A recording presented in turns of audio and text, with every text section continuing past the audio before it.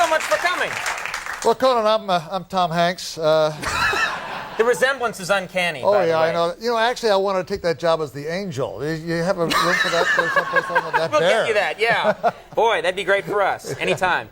Now, let me ask you, first of all, I saw the movie I saw it about a week ago, and it's gripping. It's such a gripping story. It's fairly true to life, isn't it? Ron true. Howard and his team did a very good job of capturing what really happened.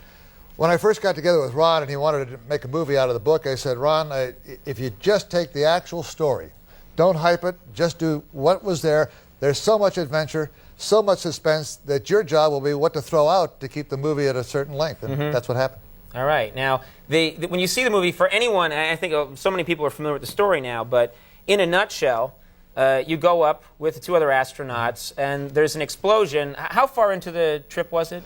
It was 2 days, about 200,000 miles out, and you know, it was a third flight. No one carried it. None of the networks carried it.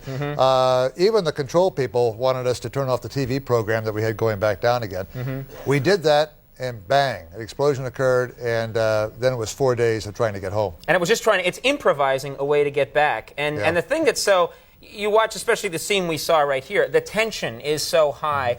Were there explosions like that when you were, were you guys yelling at each other in the capsule? Were you very calm and cool? How do you prepare for something like that? Well, we were test pilots, so we had sort of the training in the past. We were in some crises before. But, if you panic, where would you go? I mean, you could bounce off the walls for 10 minutes. As a matter of fact, that's what, Tom was saying. Yeah. And you're right back where you started from. So you had to say, well, what can we do to get home?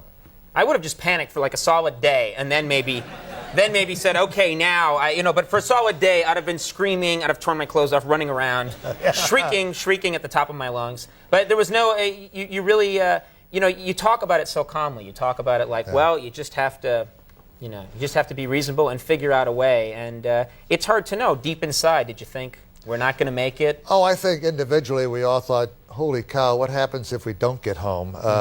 We had a couple choices.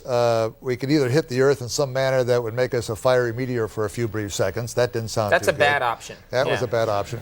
Then we could have missed the Earth completely and probably gone into an orbit around the sun. That didn't sound too good either.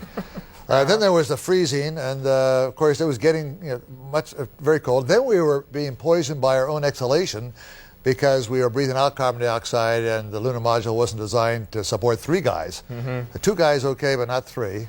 And as the movie predicted, Kevin didn't want to hold his breath that long. That was Jack Swikert. Right. So now I'm curious, because the movie was so realistic, was so lifelike. Did you actually work with Tom Hanks? Did you meet Tom Hanks and tell him?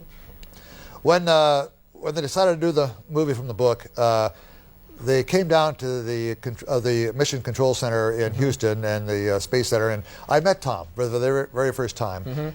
And Tom said, I got to know your character. I had to know your mannerisms and how you talk and how you move. And he said, can we get together? And I said, yeah, why don't you come down to my house? I have a home in Horseshoe Bay, Texas, and I have an airplane down there. And spend a couple days with me, and it's kind of secluded. So he did. I took him up in the airplane. Now, he hadn't been in small airplanes much before. And before I got in the airplane, I got a call from Universal. And they said, how much insurance do you have? And I said, well... That's a comforting call. I said, I think the best insurance policy that he has is sitting next to him. So and we went up, and we flew in the daytime, and then I took him up at night. I thought to myself, well, going to the moon, it's always dark. And maybe the best idea to teach him how to be an astronaut would be to go up at night. And we flew out to West Texas, not many lights, and it was clear night. And I had a little cutout of the lunar module window, and I put it in the windscreen of the airplane. And I said, now, Tom, this is all you're really going to see on the way to the moon. And we found a couple stars that we actually used on the flight. And then I let him fly the airplane. What? Yeah, well, You let Forrest Gump take the controls of the plane? Yeah, I was worried about that. My niece went to see the movie, Apollo 13, and she said, she's only a small, little thing. She said, well, I know that they'd make it okay because Forrest Gump was flying. But, That's incredible. The one thing I left the movie curious, you guys never did get to the moon. You never did actually get to land on the surface of the moon. No, did you ever?